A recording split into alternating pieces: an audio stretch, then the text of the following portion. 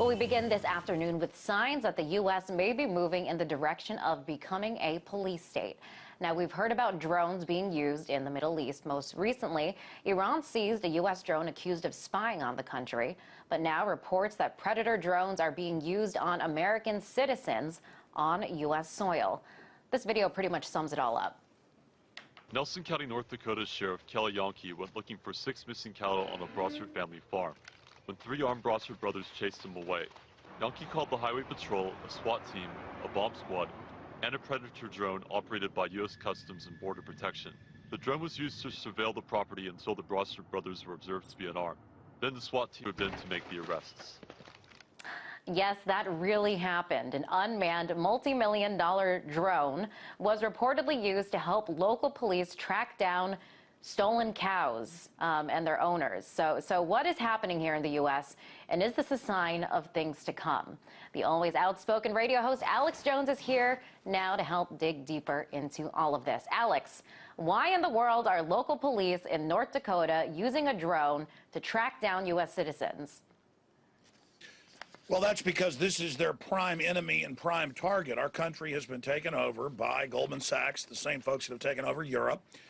They publicly are setting up a system where the entire military-industrial complex is used against the people, and in the internal law enforcement manuals that I've gotten from law enforcement in the last decade, but especially in the last few years, none of it is about al-Qaeda that our government's given control of Libya to. It's all about land rights activists, Second Amendment activists, property rights activists, and now, under the Department of Defense, there's the Rural Affairs Council and the 10 Governors Council, and in the training, and this is public, it is all about having an all-out civil war with rural populations who aren't going to give their property up under the Rural Council.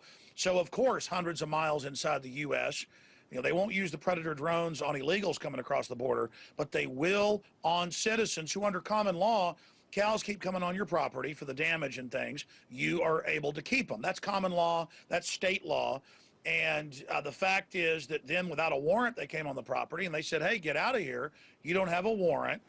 And they had firearms in their vehicles, so they called in a Air Force vehicle. And this is a multi-million-dollar system they use to kill people worldwide. And why is it happening?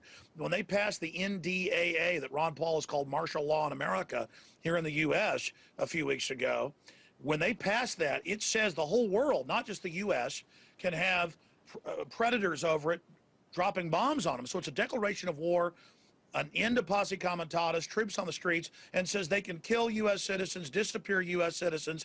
It isn't a police state. It's beyond a police state. It's something more like North Korea. Do you think, Alex, that this is a sign of things to come, this cross from using, because drones are typically used in the Middle East, on terrorists. Do you think that this could be the beginning of more instances like this, where we see Predator drones being used on U.S. citizens? Yes, Northcom, based in Colorado Springs, Colorado, is the real government, and the United States is a battlefield for at least a decade. They're just announcing now what they always planned. I mean, I knew 9 years ago we were going to have TSA checkpoints. People laughed, but I watched C-SPAN. I read the documents. I made them public. Now they have TSA checkpoints with the Army and Marines in states all over the U.S., and you pull up in the middle of the countryside, and there's highway checkpoints with cops dragging you out of the car under the orders of TSA. Now, they have Marine Corps running DUI checkpoints to make it sound like good PR. They're just getting everybody ready for this. I mean, Army Times, Stars and Stripes 3 years ago said, Homeland Brigade, Brigade Homeland was the headline, preparing to pull triggers on American citizens. And I mean, the military's public. They are training. I've been to the drills where they train to go door to door, confiscating our firearms, arresting political dissidents. What came to Russia, what came to Nazi Germany, what came to China, what's come to every other country, classical authoritarianism is now coming here, and the drones that we pay for are going to be used against us. Not when there's a bank robbery, not when a liquor store gets robbed, not when your house gets invaded, but when you are that rural gun owner. The entire posture of the Pentagon is literally set to wage war on self-sufficient country boys, as Hank Williams' song, A Country Boy Can Survive. You can skin a buck, you can run a trot line. The law enforcement is obsessed with it because But they know why rural target the populations. rural farmers? What danger do they pose? Why did Stalin target them in Ukraine? Why did Hitler go after rural areas? They don't want you being self-sufficient. They want you in the artificial big cities, the artificial habitat that they've basically set up, their control grids. You go out in the middle of nowhere and you'll be in country towns with Homeland Security cameras everywhere, helicopters flying over, because I've been telling people this is coming in the rural areas because I've talked to the police. They are scared of people that are self-sufficient and who they know aren't going to turn their guns in when they're ordered to.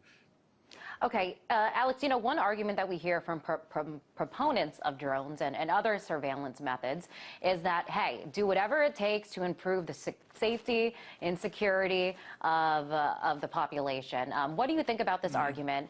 And can you talk about the capacity of drones to be abused? Absolutely. Look, Hitler said he did everything he did to keep people safe. Fidel Castro does that. Pol Pot did that. I mean, in every case, tyrants always claim it's to keep you safe. But as the founders said, like George Washington, government is like fire, a dangerous servant, a fearful master. Government is... In the 20th century, government killed over 200 million people, more than anything else that was an unnatural death. Government is always the greatest abuser. Government is always the greatest danger when it gets out of hand. And we told everybody this was coming. We told you highway checkpoints. We told you end of posse comitatus military on the streets. We told you TSA groping you in body scanners. And people never believed it. All of it is now going to come. You notice the militaries are lining up against each other worldwide. You notice Iran's threatening to shut off the Strait of Hormuz. You notice there's staged revolutions going on everywhere.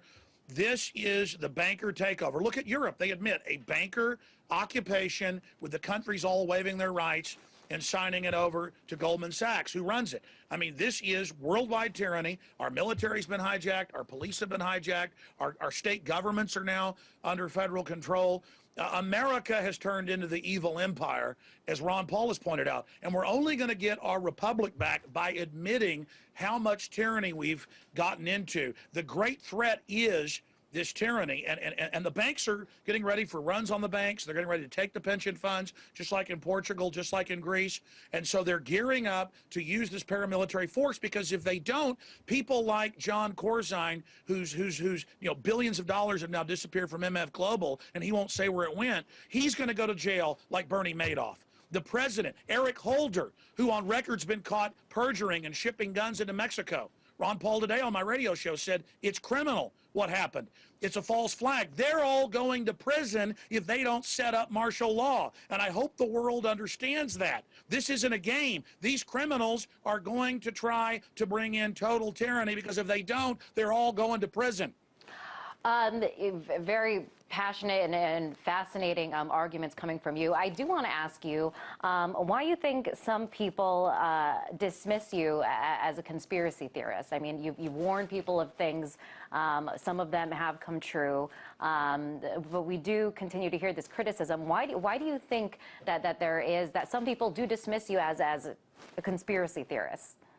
When my grandfather was in a B-17 and a Liberator, it was in both those bombers, as a pilot in World War II, they said when you're over the target, you get the flak. How do they know they were over the target? Because the flak was coming up.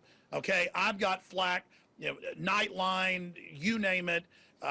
All these, Rolling Stone magazine, MSNBC, all attacking me because I'm over the target. I've been to the urban warfare drills. I'm sent the secret documents by patriots inside the government. I know what's coming. I know about FEMA now staffing the FEMA camps. That's admitted with Kellogg Brown and Root of Halliburton. And so conspiracy theory is just a way to say don't listen to what he has to say.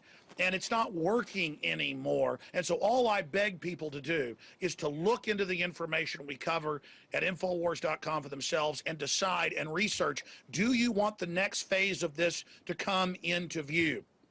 Alex, pleasure to have you on the show as always. That was radio host Alex Jones.